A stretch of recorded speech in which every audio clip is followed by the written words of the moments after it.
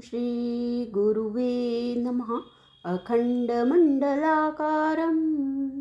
व्याप्तं येन चराचरं तत्पदं दर्शितं येन तस्मै श्रीगुरुवे नमः।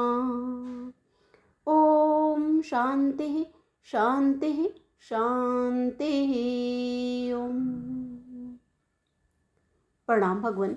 भगवान आज से नया ग्रंथ गुरु भगवान के आशीर्वाद और मार्गदर्शन से, जिसका नाम है विचार सागर दर्पण, को शुरू करते हुए ये जो है भगवान, ये श्री महाराज स्वामी श्री मनोहरानंद जी ने इसको लिखा है भगवान, और जो वेदांत केसरी से हैं। और इसका जो है, जो विचार सागर, जो इसका मेन ग्रंथ है, उसी का ही आश्रय लेकर जो है वो विचार सागर दर्पण जो है उन्होंने सरल उसमें लिखा हुआ है। सरल वो विचार सागर दर्पण की जो भाषा थी वो प्राचीन पद्धति की थी, तो इन्होंने ये आधुनिक हिंदी जैसे में लिखा हुआ है सरल भाषा में। तो इसके मंगलाचरण से शुरू करते हुए अथ वस्तु निर्देश रूप मंगलाचरणम, तो यहाँ पे बता रहे हैं कि विघ्न अर्थात ग्रंथ की समाप्ति में प्रतिबंधक यानी कि रुकावट डालने वाले जो पाप होते हैं, उनकी निवृत्ति के लिए मन, वाणी और शरीर से व्यापार करने को कहते हैं मंगलाचरण करना। तो शंका है कि वे विघ्नों के नाश के लिए स्वामी निश्चलादास जी अपने मन में ही मंगलाचरण कर लेते, ग्रंथ में दोहे रूप में लिखने की क्या आवश्यकता थी।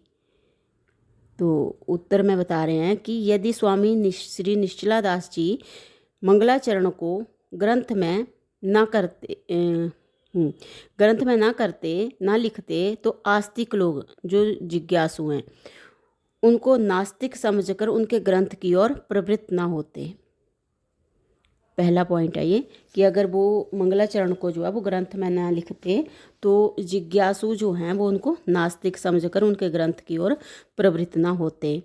तो आगे बता रहे हैं कि नंबर 2 है कि अपने पूर्वज लोग प्रत्येक शुभ कार्य को करते समय मंगलाचरण करते थे।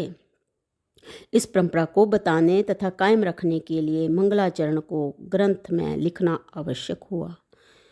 फिर नंबर 3 है कि ग्रंथ के आदि, मध्य तथा अंत में मंगलाचरण करना चाहिए। ग्रंथ के आदि, मध्य तथा अंत में मंगलाचरण करना चाहिए। शिष्यों को ऐसी शिक्षा देने के लिए उन्हें ग्रंथ के आदि, मध्य तथा अंत में मंगलाचरण लिखा।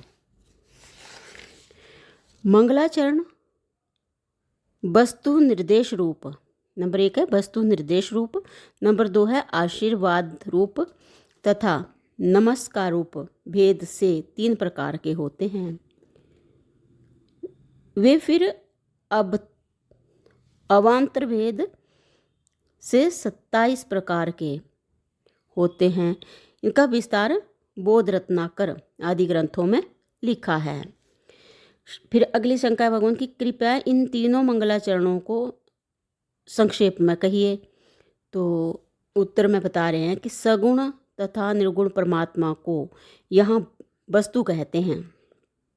सगुण अथवा निर्गुण परमात्मा को यहाँ वस्तु कहते हैं।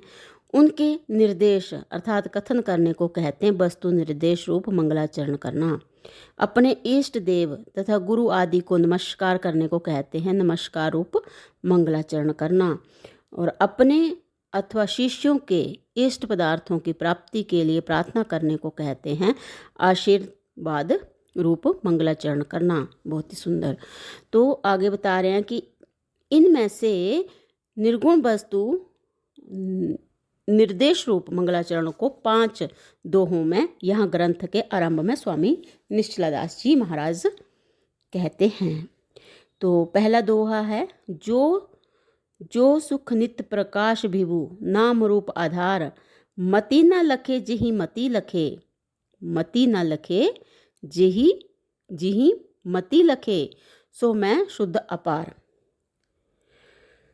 तो अर्थ है कि जो सुखमय है, जो नित्य है, जो जो सुखमय है, जो नित्य है, जो प्रकाश अर्थात ज्ञान स्वरूप है, जो विभु अर्थात व्यापक स्वरूप है, जो नाम रूप जगत का आधार अर्थात अधिष्ठान है, जिसको बुद्धि नहीं जान सकती तथा जो बुद्धि को जानता है, अथवा शब्द की शक्ति वृत्ति से बुद्धि जिसको नहीं जान सकती, शब्द की वृत्ति से जो है वो बुद्धि नहीं, जिसको नहीं जान सकती, किंतु शब्द की लक्षणा वृत्ति से बुद्धि जिसको जान सकती है, अथवा मलिन बुद्धि अर्थात मल विक्षेप दोष सहित बुद्धि जिसको नहीं जान सकती, किंतु शुद्ध बुद्धि फल व्याप्ति से नहीं परंतु वृत्ति व्याप्ति से ब्रह्म के आवरण रूप अज्ञान को हटाकर जिस ब्रह्म को विषय कर सकती है,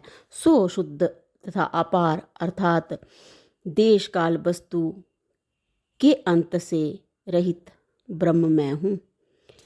अगला दोहा है मंगलाचरण का। अवधि अपार स्वरूप मम लहरी विष्णु महेश विधि रवि चंदा वरुण यम शक्ति धनेश गणेश। अर्थ है कि मेरा कूटस्थ साक्षी का स्वरूप, मेरा मतलब कूटस्थ साक्षी का स्वरूप अवधि, अवधि माने समुद्र की तरह, अवधि माने समुद्र की तरह अपार अर्थात अंतरहित है।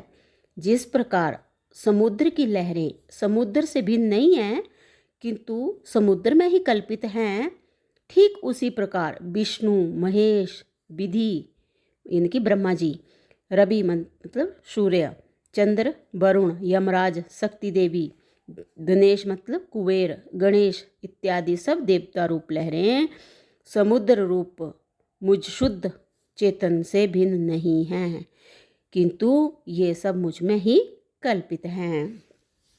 तो भगवान इसका जो अगला मंगलाचरण का जो दोहा है इसको हम अगले सत्संग से लेते हैं। प्रणाम भगवान। ओम शांति शांति शांति। ओम।